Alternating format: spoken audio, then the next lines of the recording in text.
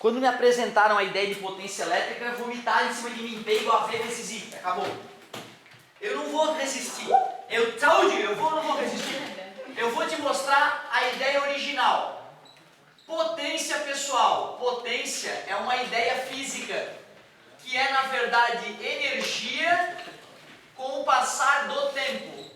Essa ideia de potência, na verdade, é a definição. Então não tem como eu te provar matematicamente que potência é energia sobre tempo. Porque essa é uma ideia de um ser humano. E essa ideia se mostrou muito importante e muito eficiente. Por isso que hoje a gente propaga essa ideia para as novas gerações. É uma ideia muito importante. Só que hoje eu quero te mostrar um outro tipo de potência. Essa ideia de potência ela é geral, ela serve para qualquer área da física. Potência é energia sobre tempo. Eu quero te mostrar como é que se calcula a potência de aparelhos elétricos. Então é a potência elétrica. Mas como a ideia de potência, toda ela vem de energia sobre tempo, então vamos deduzir. Eu te mostrei em eletrostática que energia potencial elétrica é bem parecida com a lei de Coulomb, só que não tem um módulo e a distância não está ao quadrado. Se eu tiver um sistema de duas cargas, é assim que se calcula energia potencial elétrica armazenada entre elas. Eu também te mostrei que potencial elétrico, volts popularmente falando, né, tensão, é K vezes Q sobre D. Também é uma grandeza escalar.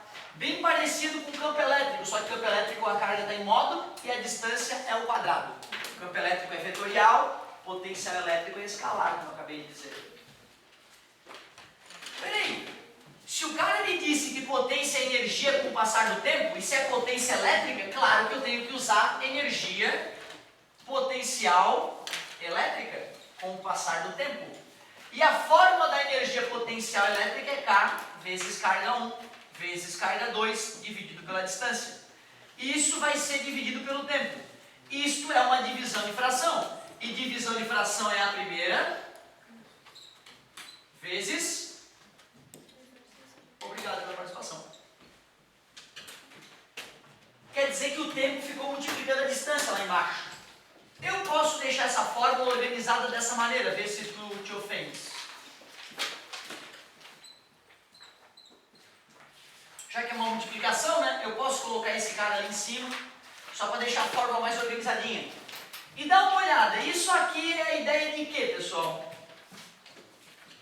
K vezes Q sobre D. O que é isso?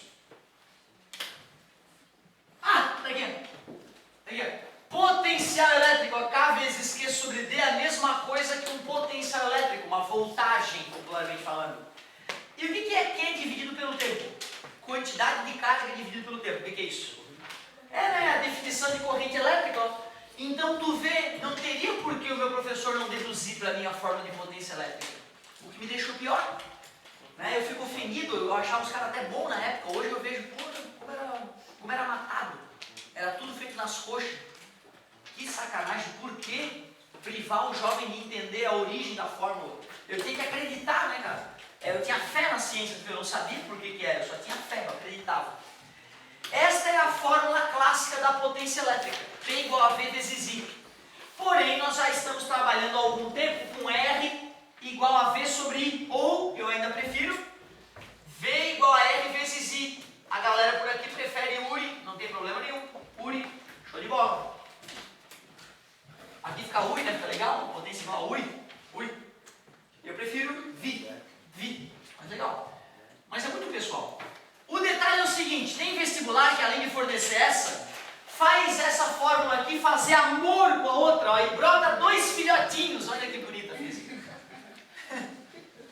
Isso é muito idiota. V igual a R vezes I. Coloca R vezes I aqui para mim, por favor. R vezes I vezes I. R ao quadrado. Essa fórmula ela é muito importante para a gente raciocinar em alguns casos. Mais importante para raciocinar do que para calcular.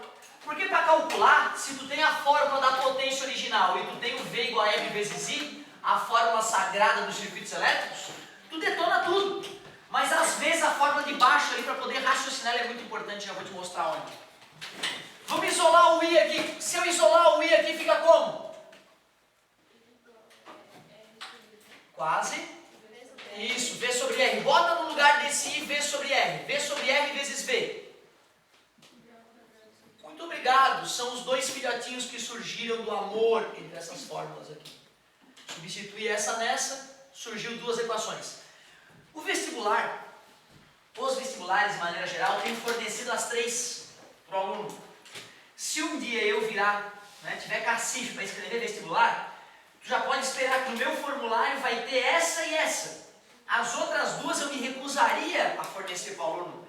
Porque se o meu aluno, no final do terceiro ano do ensino médio, não souber, só lá numa, e substituir na outra, eu prefiro parar de dar aula. Porque aí é grave demais. Pessoal, onde é que eu vou usar isso na minha vida? Nunca, meu querido. Tu nunca vai usar isso na tua vida se tu não for engenheiro, se tu não for da área das exatas. O problema é que não conseguir fazer isso mostra uma dificuldade de raciocínio gravíssima.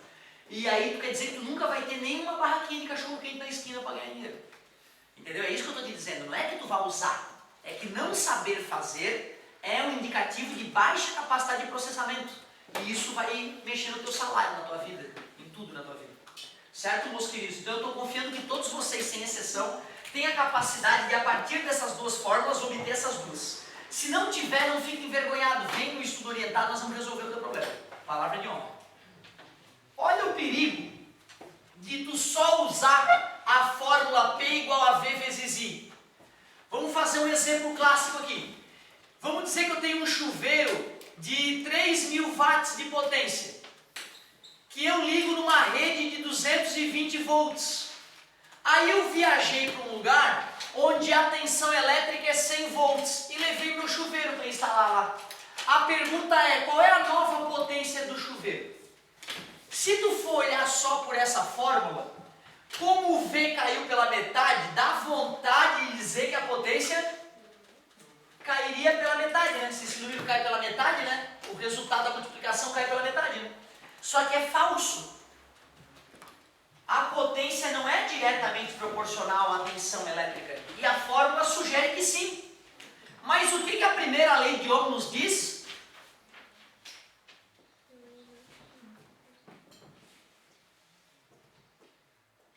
O que diz a primeira lei de Ohm? Muito obrigado pela participação, R é constante, eu sabia que vocês iam conseguir.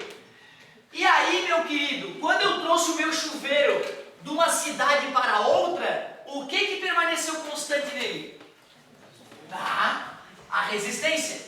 Quer dizer que se eu quiser raciocinar de cabeça o que aconteceu, eu não vou poder usar P igual a V vezes I, porque ela nos ilude. Diminuindo o V pela metade, dá a sensação de que o P de potência cai pela metade.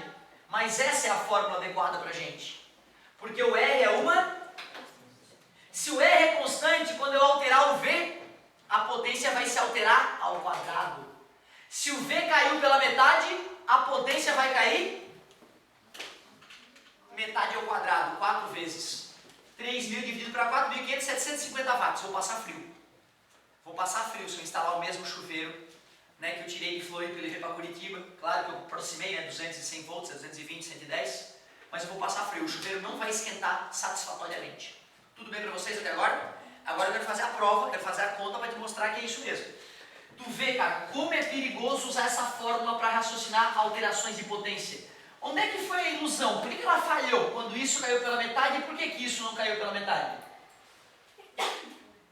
Quem mais será que mudou? O I, né? Ah, tá certo, é que se o V cai pela metade, o I também cai pela metade. É isso nos ilude na análise através da fórmula. Vamos provar, vamos provar. Se potência é V vezes I, a potência sendo 3.000 e a tensão 200, eu calculo o I, que dá 15 amperes. Se eu sei V e sei o I, dá para calcular o R, né? O V é 200, o R eu quero descobrir, o I é 15. Está multiplicando, passou dividindo. A resistência do chuveiro divide por 5 em cima e embaixo, 40 terços de ohm. E isso se mantém constante quando eu viajo com o chuveiro, como o resistor do chuveiro é ômico, obedece à primeira lei de Ohm, isso é uma constante. Se eu sei o novo V e sei o R, dá para calcular o novo I, né? Lá na nova cidade são 100 volts, aproximadamente, a resistência é 40 terços, vezes I passa multiplicando, Passa dividindo, calculei o novo I. I igual 15, 7,5. Tá aí, ó. A tensão caiu, mas a corrente também caiu. Então a nova potência, V vezes I, o V é 100, o I é 7,5, pô, exatamente o que a gente tinha feito de cabeça, ó, 750 watts. Cara, é importante tu saber fazer desse jeito também. Tu viu, eu usei duas formas, né? P igual a V vezes I, V igual a R vezes I, e nem usei os filhotinhos, ó. Nem usei os filhotinhos. Se eu usasse os filhotinhos, poderia até agilizar a minha vida. Eu quero que tu saiba fazer dos dois jeitos. Eu quero que tu saiba fazer rápido de cabeça, instantaneamente, como a gente fez, percebendo que dobrando a tensão quadruplica a potência, a resistência se mantém constante, triplicando a tensão nonuplica, aumenta 9 vezes a potência. E se eu aumento 5 vezes a corrente elétrica num resistor ômico, o que acontece com a potência? Se eu aumento em 5 vezes a corrente elétrica em um resistor ômico, o que acontece com a potência?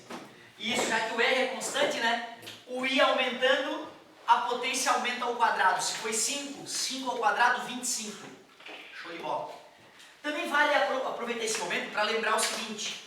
Se tu tem um aparelho elétrico, que é 220 volts, e tu foi para uma cidade que tu não sabe se é 220 ou 110 volts, tasca na tomada e testa. Não tem problema nenhum. O máximo que vai acontecer é o teu aparelho não ligar. Tudo bem para vocês? Agora, se tu tem um aparelho 110 volts e vai para uma cidade que tu não sabe se é 110 ou 220, não coloque na tomada. Porque se for 220, o aparelho queima. Isso é cobrado no vestibular, tá? Saber que aparelhos conectados a uma tensão menor do que a qual ele foi projetado, não queimam o aparelho. Simplesmente ele não funciona. Ou se funcionar, funciona aquém do que ele foi projetado. Porém, conectar um aparelho projetado para uma certa tensão nominal, numa tensão da rede maior do que a tensão nominal, como a potência vai aumentar muito, então o calor, né, gerado, o efeito Joule gerado é muito maior, ele vai tender a aquecer demasiadamente e fundir, queimar, é o famoso cheirinho de queimado, né? Duvido alguém que nunca queimou um aparelho 110 botando na 420, né? Teve um ano que eu queimei 3 transformadores do Xbox pro meu filho. Pelo amor de Deus, eu fiquei tão puto. Aliás, eu queimei 2, ele queimou 1. E aí eu fiquei tão revoltado que comprei já um 220, né? Pelo amor de Deus, né? Que isso, é muita ignorância. Jezebel. Ô galerinha, questões que envolvem potência elétrica também geralmente cobram outro detalhe do aluno. Cobram do aluno o custo da energia elétrica. Vamos para essa parte. Vamos dar uma olhadinha em custo de energia elétrica. Isso aí, esse ano vai estar na moda, hein, gente? Vai cair no vestibular, sem dúvida, essa parte da aula de agora. Porque voltamos a ter problemas energéticos no país, né? Então vamos botar a gurizada para calcular o estrago na conta de luz.